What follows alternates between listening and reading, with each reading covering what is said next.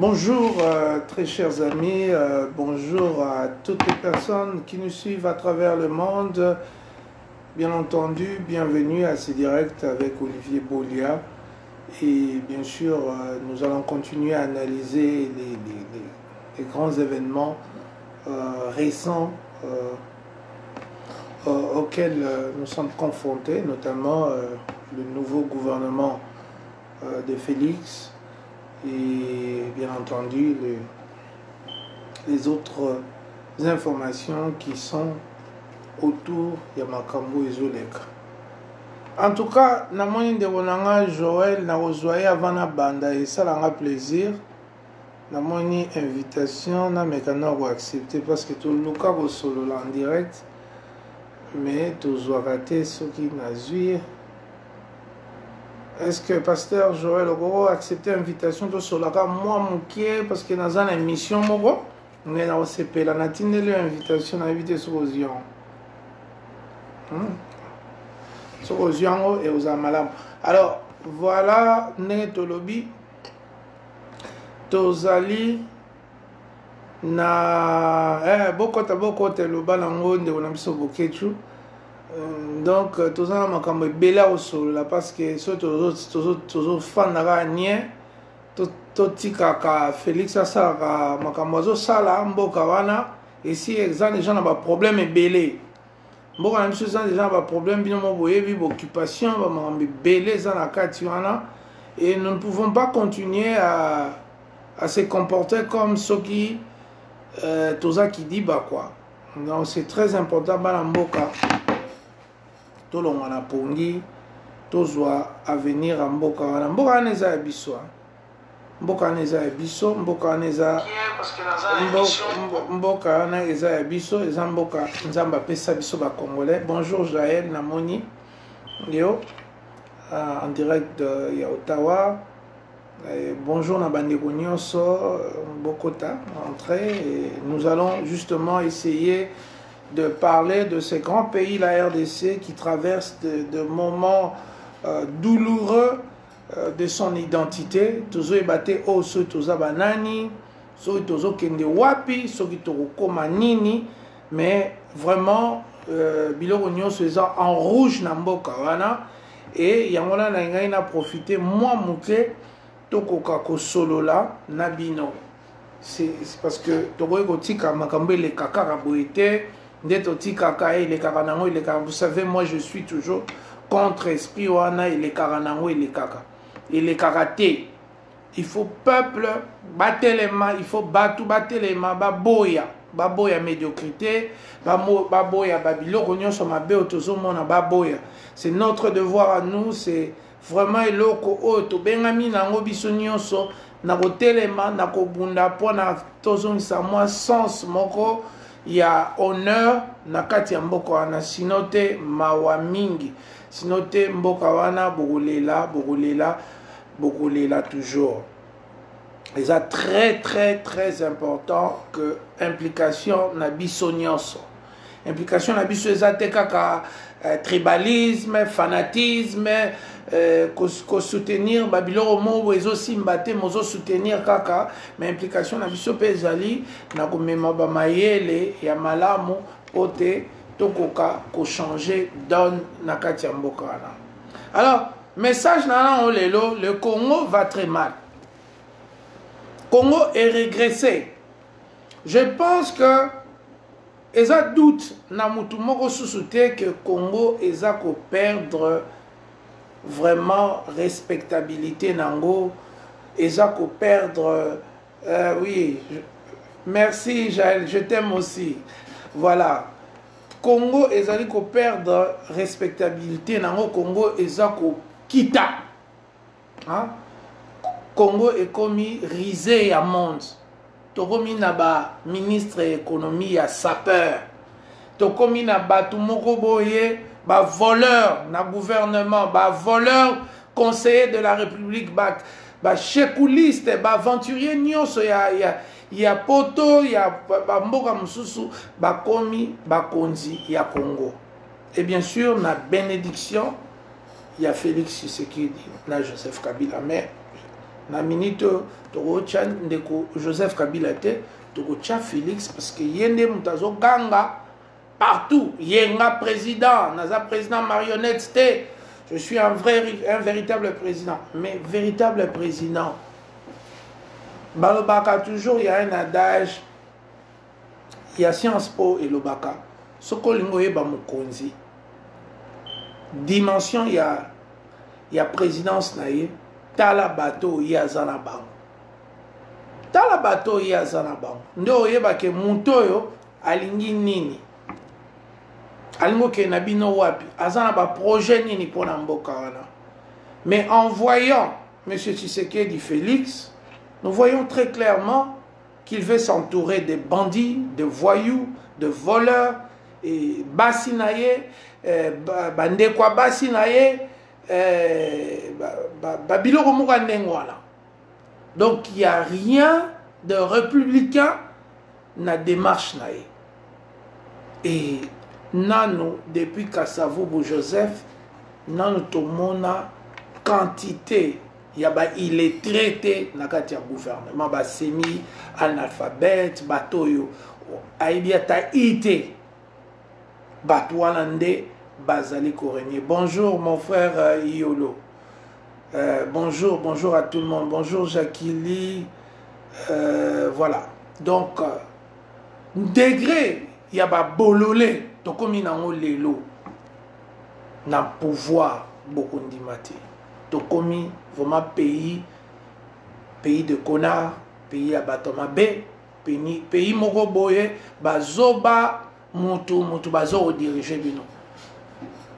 Et je dis ça, le Congo va très mal. Le Congo, on appelle ce titre, le Congo va très mal. Le Congo de Félix est une catastrophe intellectuelle et morale. C'est-à-dire que batu baebo lo ba français te, batu baebo komate, batu baebi otanga te, ba bandi à Bruxelles, à Paris, à Canada, à wapi, bangonde, ba komi ba gouverneur. Donc, tout ça n'a qu'à catastrophe moko impossible.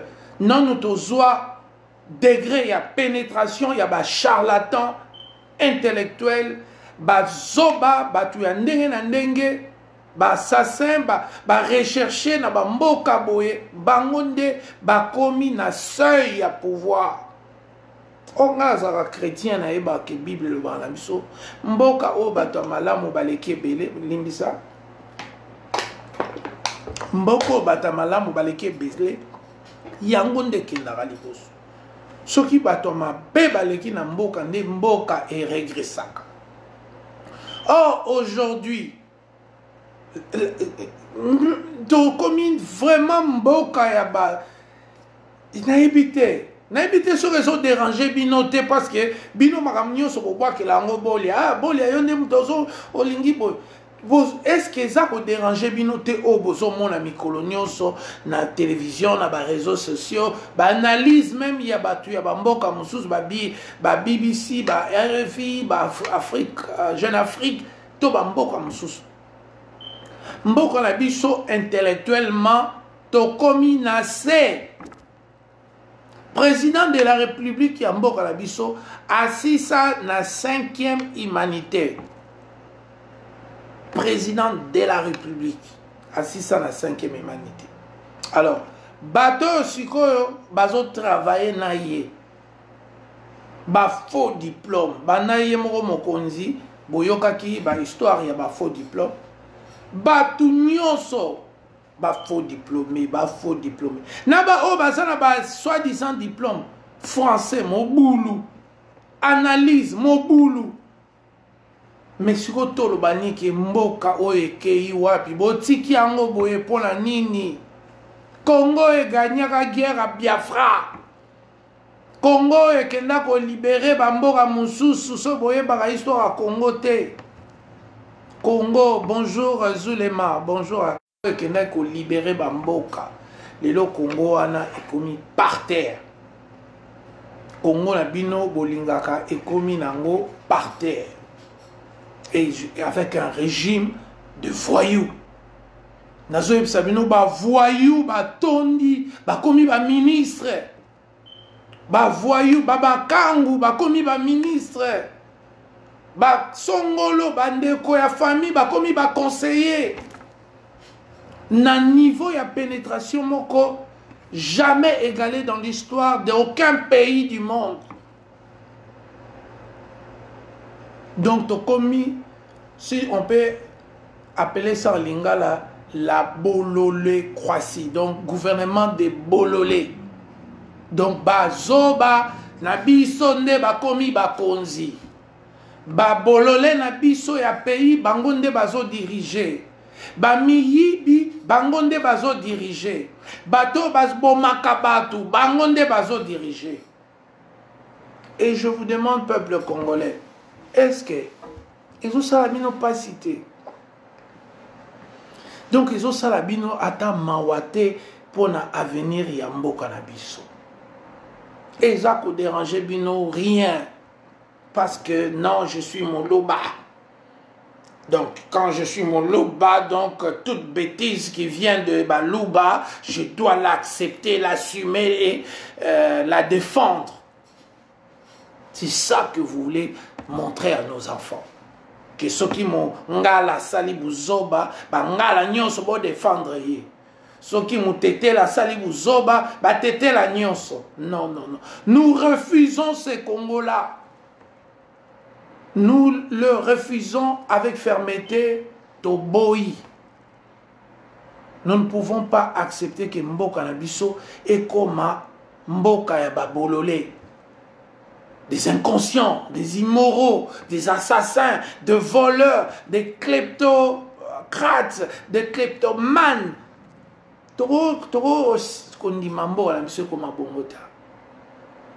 Nous devons faire quelque chose. C'est de notre devoir de stopper ça.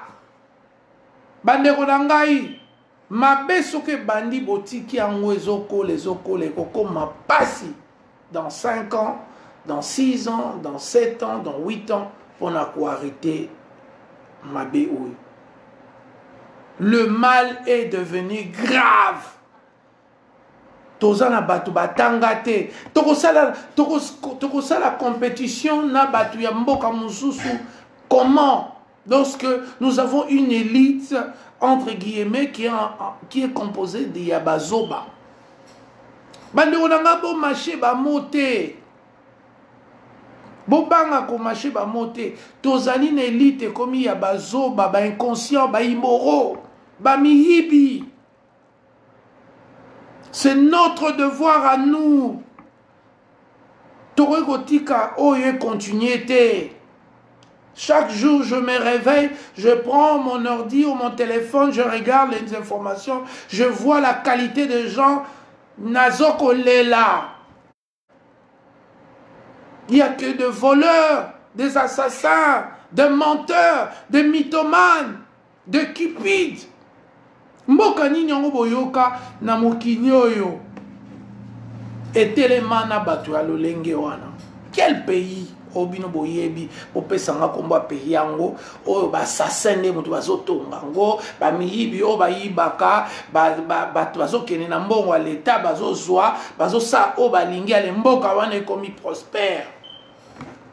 Dites-moi ces pays-là ce qui existe aka. Oyo président de la République azala moi la 5e humanité. Dites-moi pays ni les ont progressé. Chers amis congolais, nous devons apprendre à nous aimer nous-mêmes. Et nous aimer nous-mêmes implique que tous à la batu moko oyo pe bazali ko bunda pona hoteli misama kamamboka. C'est très important. Chaque citoyen, chaque citoyenne aux en a devoir ya okota makambo. On ne peut pas laisser des bourriques nous diriger. Et aussi mbaté, vous comprenez, tous en a pas bourrique. Il y a un besoin de koufa na malaria, na fièvre typhoïde, na salité, na bassassinat, na bawewa, na babiloko nyoso, na mboka mobimba, volant ba poussaka na gauche, na droite, na même pays. Et vous allez nous dire que voilà, vous avez la haine pour telle personne, telle personne. Non. Mboka, est-ce que Canada ou Tolobaka, même si on parle, on ne va pas parler beaucoup. Parce qu'on mange, on boit, on s'amuse, on achète des véhicules, des maisons, des choses comme ça, des grosses télés, tout ça. À tous à contenter. Mais au Congo, même gouvernement, ils ont bazoba. Baïbi le français, baïbi au komate, baïbi même enjeu international, baza na vision té, baza wana kaka, toza ba président, toza boy. Mais regardez votre niveau. Vous avez un niveau T, bazo même petit nabiso, Emmanuel Macron, China président nabiso, il n'y a pas photo à kokokate. Ba débat, il y a réchauffement climatique. Macron a maîtrisé le roi et l'homme. Ma débat, il y a chômage. Landa Emmanuel Macron n'a pas présentation. Moussika, président Abisso Aïb Magamouana Te. Il y a ça, Abimi Boye, et moi, petit Momi, moi, les Kalin Pela. C'est comme ça qu'il a toujours vécu. Il est monté à showbiz ou whatever. À ça, il y a beaucoup d'hésité. Congolais, réveillons-nous. Taba ministre Nabiso. Boussoba ministre, on a vraiment tout. Attends, vous bon, il y a beaucoup de débats, vraiment, tout va nous solo magamamokili. Bah, kokate? Bah, petit Emmanuel Macron, t'as le niveau. T'as le niveau, il y a Hillary Clinton, est-ce que le président Nabiso a un niveau, là? C'est à nous de nous battre pour que Tozongi ça. Je sais qu'il y a beaucoup d'intellectuels congolais. Bato Maïele, il y a niveau nyos. Oh, Bazali Kolela. Basolo Bame. Pourquoi bateau? Professeur Aminene, docteur, même étudiant, Bazon Lela, mais Nzambe to salio nini. Et tout le monde, oh, mon bout de ça, 32 ans, il aussi la tête. Il faut continuer kaka na batumoko yatinate amoureux obsédé sexuel batumoka ba na pouvoir on sait même pas où ils veulent aller. Bande kolangai, le Congo va mal. Le Congo va mal dans son ensemble. Le niveau d'éducation équitable et baissa. Les gens sont prêts à insulter avant même de réfléchir.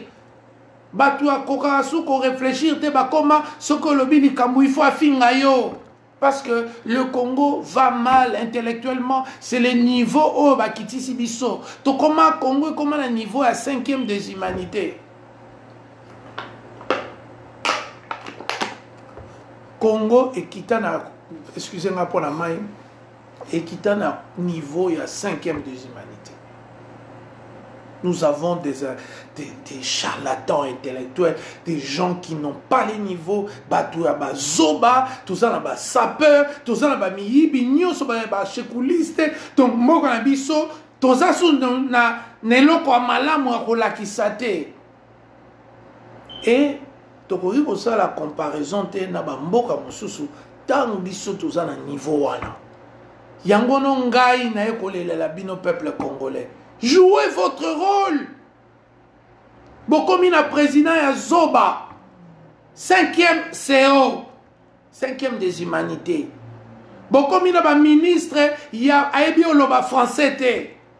Bokomi na ba vice-gouverneur oyo bazo moi si moka memie ba keno sala sexe ba kebo ba filmer bango. Bokomi na niveau moko ni ndenge nini congolais. Et vous voulez pas réagir. Vous voulez continuer dans ce que le Congolais excelle le plus, le fanatisme, l'adoration des hommes, l'adoration de la bêtise, l'adoration des personnes qui ne méritent même pas ces cultes de personnalité. Parce qu'ils ne sont pas intelligents. Baza à niveau T, baza na vision T pour la bino.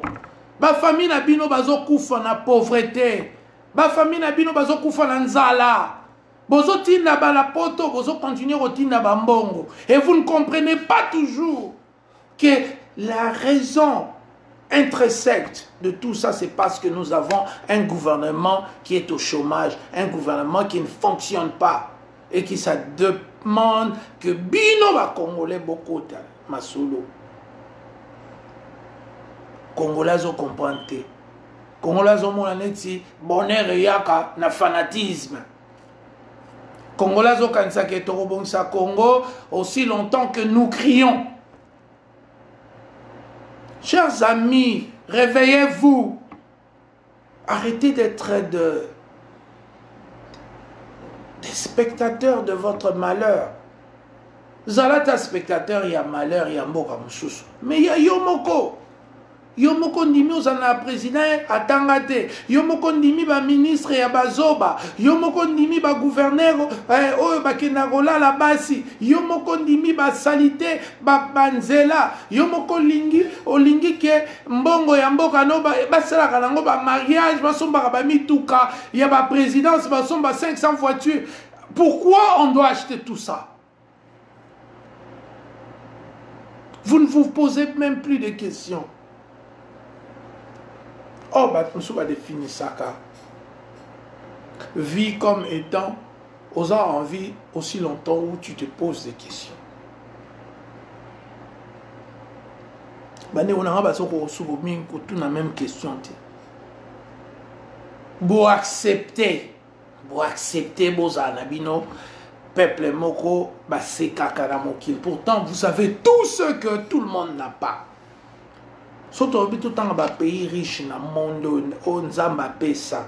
Ils allaient aux États-Unis, ils allaient Russie, ils allaient Canada, ils allaient Afrique du Sud, ils allaient Congo, ils allaient pays où il y a Asie mineure, Arabie Saoudite, Qatar, Irak, tout ça. Bah pays où on a vraiment ça dans mon thème moko. Bah minéré. Bisokout ba pesa bisokaka ba minéralité donc géologie mais ba pesa biso même na faune na flore na nini banzete mai et balé. Mais pourquoi il faut tous un peuple moro goy fanatique toujours comme ça bateau bazo créer malheur na biso. Au lieu de benga bango, Félix Yaranano, Maramni ba ministre aboye, ba ministre ba ebolo bate ba zoba.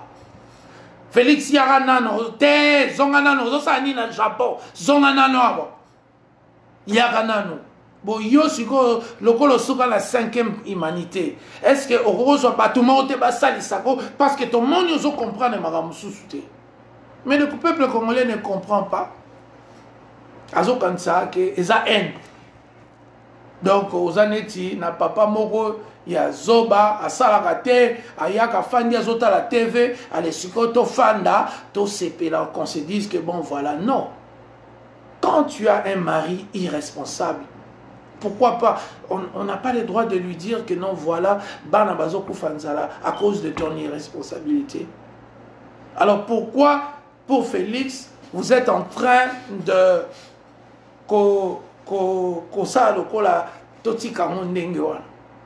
Le Congo souffre. Et vous avez dit qu'il fallait que tout soit bateau mayele, totia, batieli biso ba illettré, ba ministre. Ba illettré basé belé, na bateau ba ibakala, na ba donc on est toujours dans la même dynamique de la médiocrité. Mais si vous tolobani, on te peut ça une chance, hein?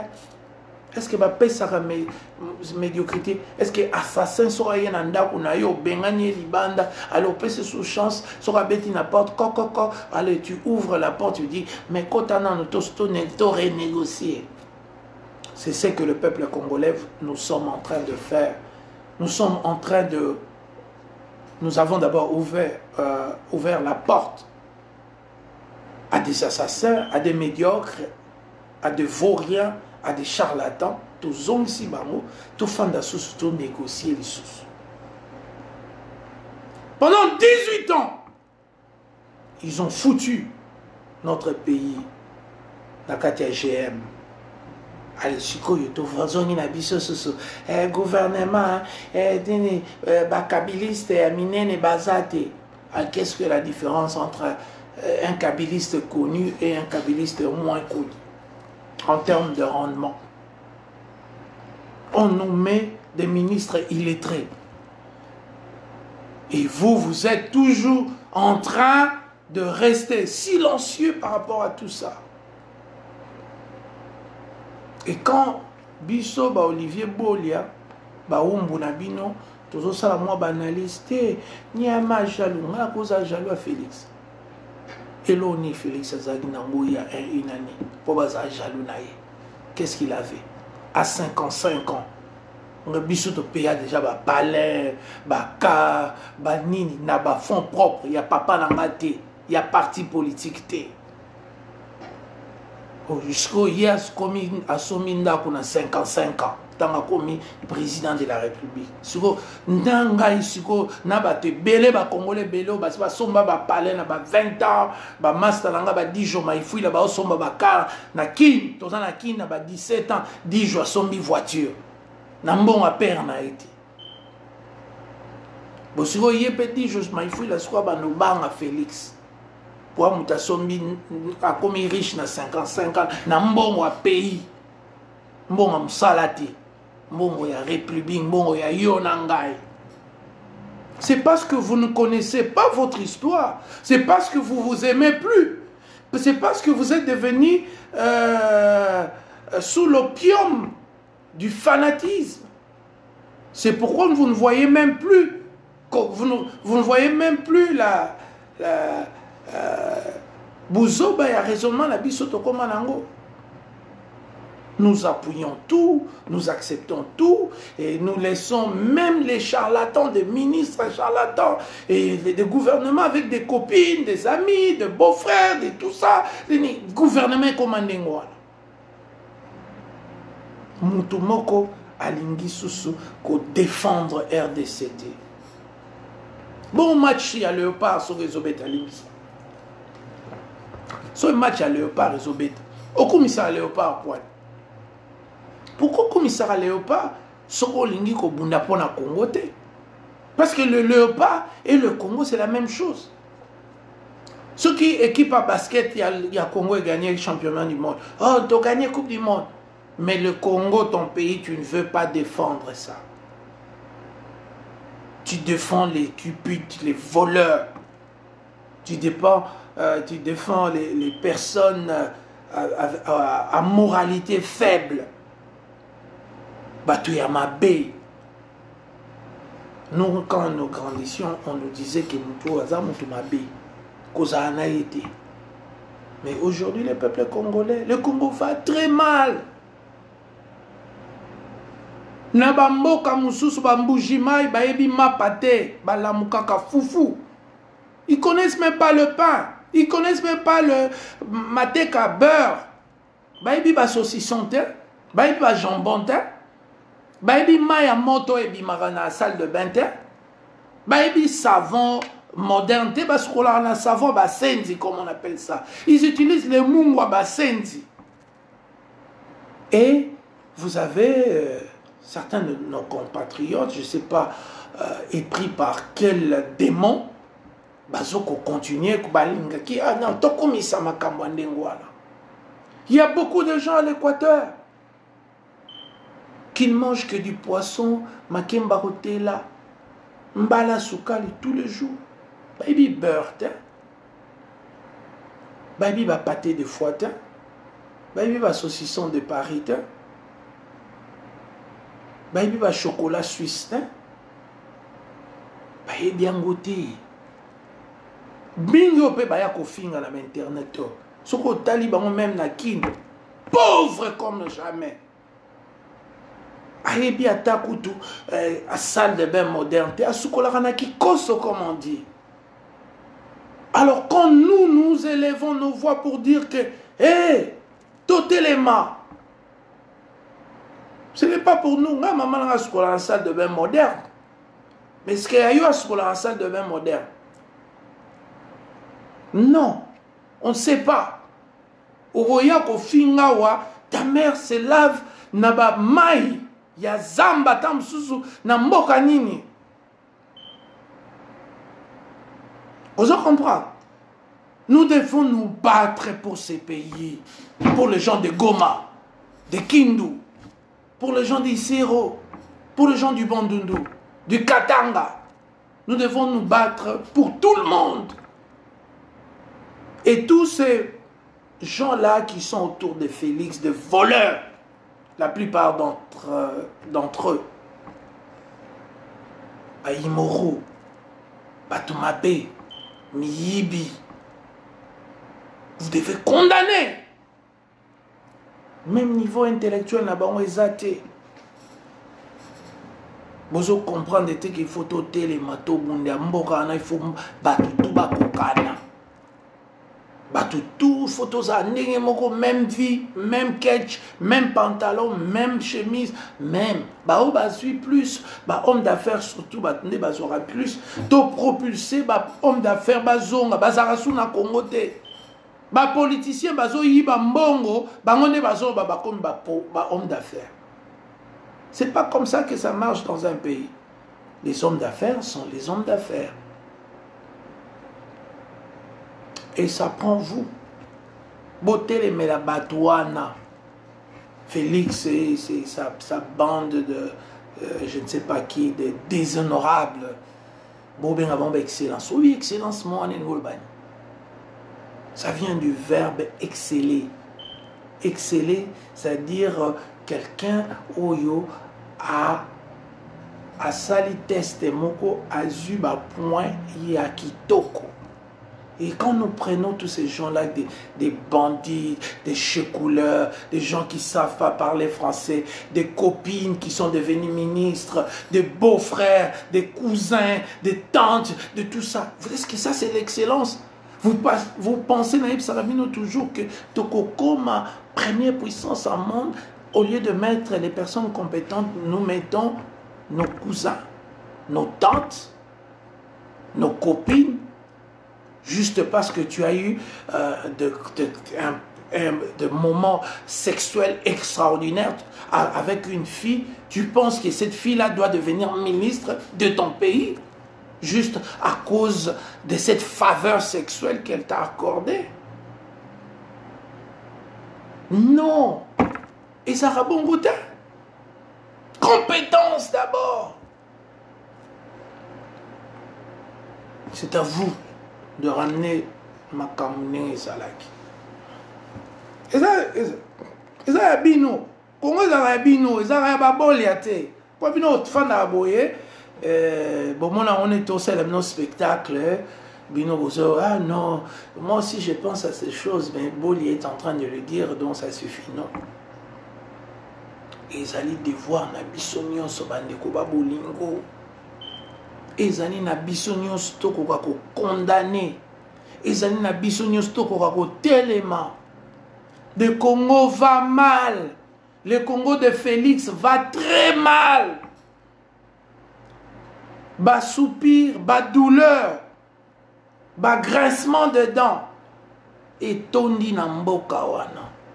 Le Congo va très très très mal. Ces enfants souffrent. Ils n'ont plus d'éducation scolaire. Ils n'ont accès qu'à des bêtises du matin au soir. Et d'ailleurs, le gouvernement lui-même est le pourvoyeur de ces bêtises. Parce que composé des personnes qui ne sont pas à leur place, des personnes qui ne sont pas compétentes. Bandironanga, Bogolinga Congo, ou bien Bogolinga Baki fanatisme Nabino. Bogolinga Congo, vous devez vous lever. On a envie d'entendre vos voix. On a envie de voir que les Congolais eux-mêmes prennent en charge le destin de leur pays. Bozalaka teka ba malanda ngombe, bozali alesima tangu mutaki na obenda benga yo tinda mbongo boye. Oh non, ba pechango akin pe bali osenga l'art trop. Mais ba osenga l'art parce que yo est-ce que yo sala ni pour komwe bongo. Au sala nini quand tu laisses Félix et ses charlatans s'amuser comme ça. Au ça le côté. Tu penses avec le gouvernement, avec les attitudes que nous voyons aujourd'hui,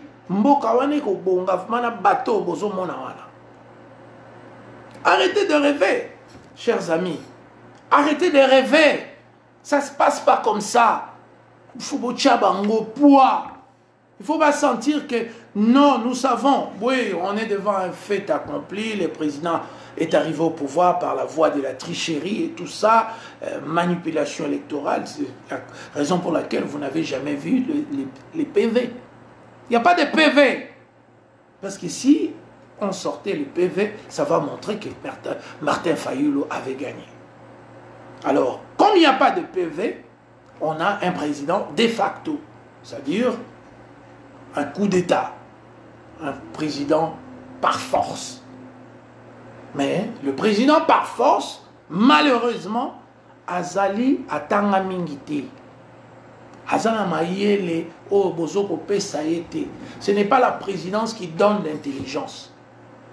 L'intelligence, babota maranango, babakisaka na ba classe, na ba formation, na mentorat, ofani peme na mokolo moko yekoli. Notre président ne connaît pas beaucoup de choses. Il fait beaucoup de gaffes. Et aujourd'hui, tout le monde est dessus. Du nord, du sud, de l'est au centre, tout le monde est dessus. Tout le monde a compris finalement ce que Bolia disait avant et qu'il avait raison. Et tout ce que je disais, que voilà, on a en face de nous de personnes qui sont nourries de mauvaise volonté, qui sont là par cupidité, qui sont là pour détruire notre pays.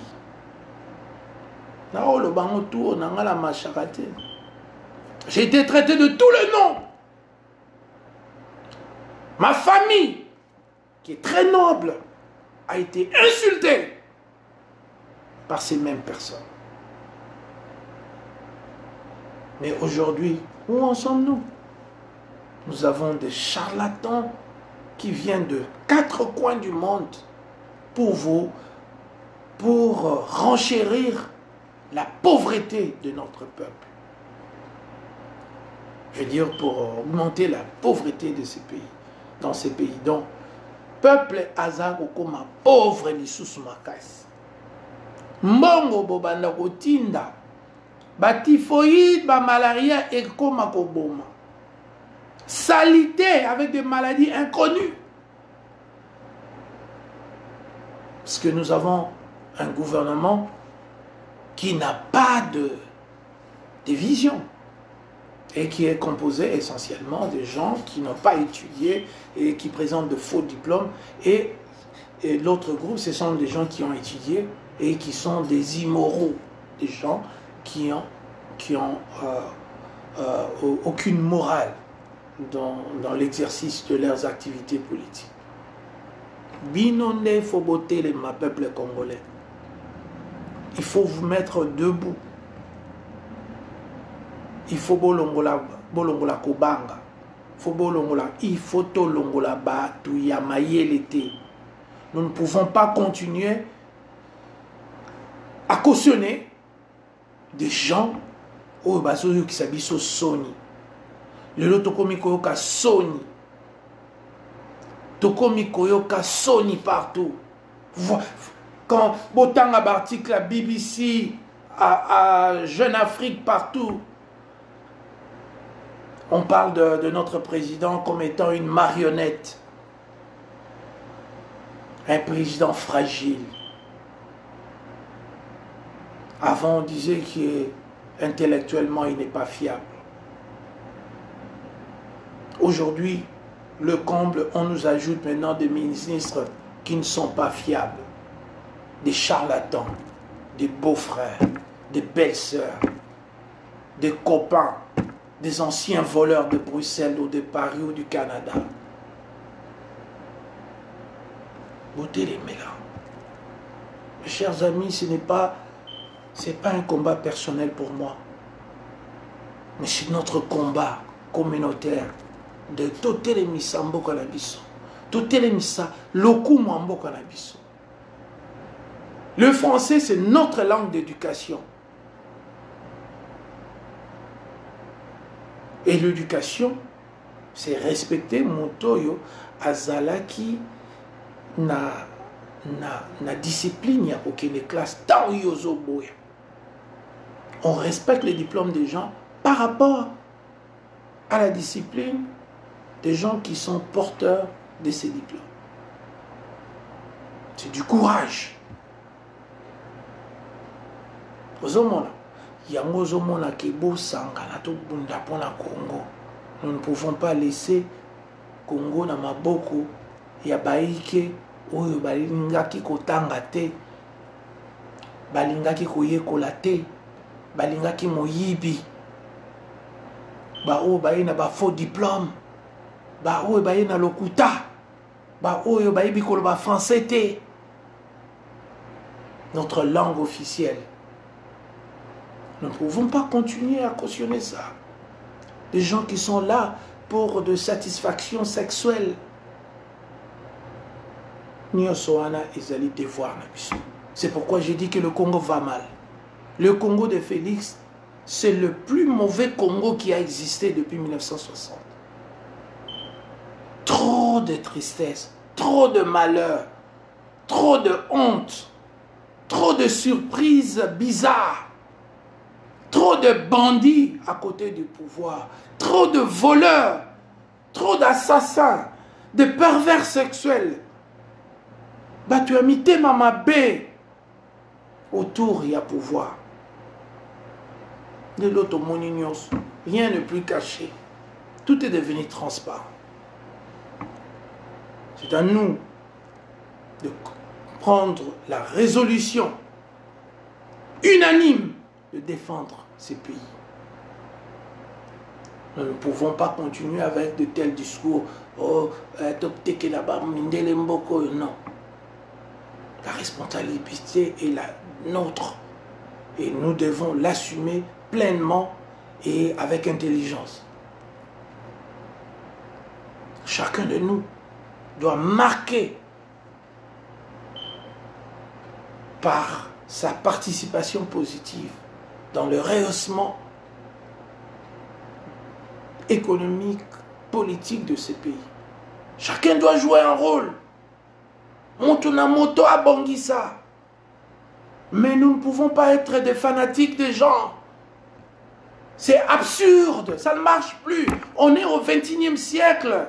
Ce n'est pas le siècle du culte de la personnalité. C'est fini, le Mao, le Mobutu, les Constantin Tchernenko, les Fernand Marcos, tous ces gens-là, le gars du Chili, tout ça, tous ces vieux dictateurs, Nini et Banzambe, et les cas époque Wana, c'est l'époque Yamutu, raisonnement. La dictature de la science, l'engagement intellectuel, le vrai débat sur de vrais éléments existants, pas des débats fallacieux, voilà, tout ça. On veut de vrais débats. L'économie du pays, le pauvre en RDC. Tokosa la nini na bango ba pauvre. Un pauvre, c'est quelqu'un qui a moins de 1 dollar ou 1 euro par jour. Un pauvre, c'est Zawa Melaramaï potable été. Un pauvre, c'est lui qui n'a pas accès à l'électricité. Un pauvre, c'est lui qui n'a pas accès à des infrastructures, notamment les routes, les Nini-Bani. Un pauvre, c'est lui dont les enfants ne vont pas à l'école ou qui vont à des écoles qui ne octroient pas une éducation compétitive à l'échelle internationale. Un pauvre, Azali Moto, Alambara Makala, Tilelo, un pauvre, on doit mettre fin à tout ça. Mais on ne peut pas mettre fin à tout ça avec des bandits, des voleurs, des assassins, et aussi merci beaucoup. Je ne voudrais pas continuer à me répéter, mais choisissez le camp du pays. Choisissez d'être avec nous.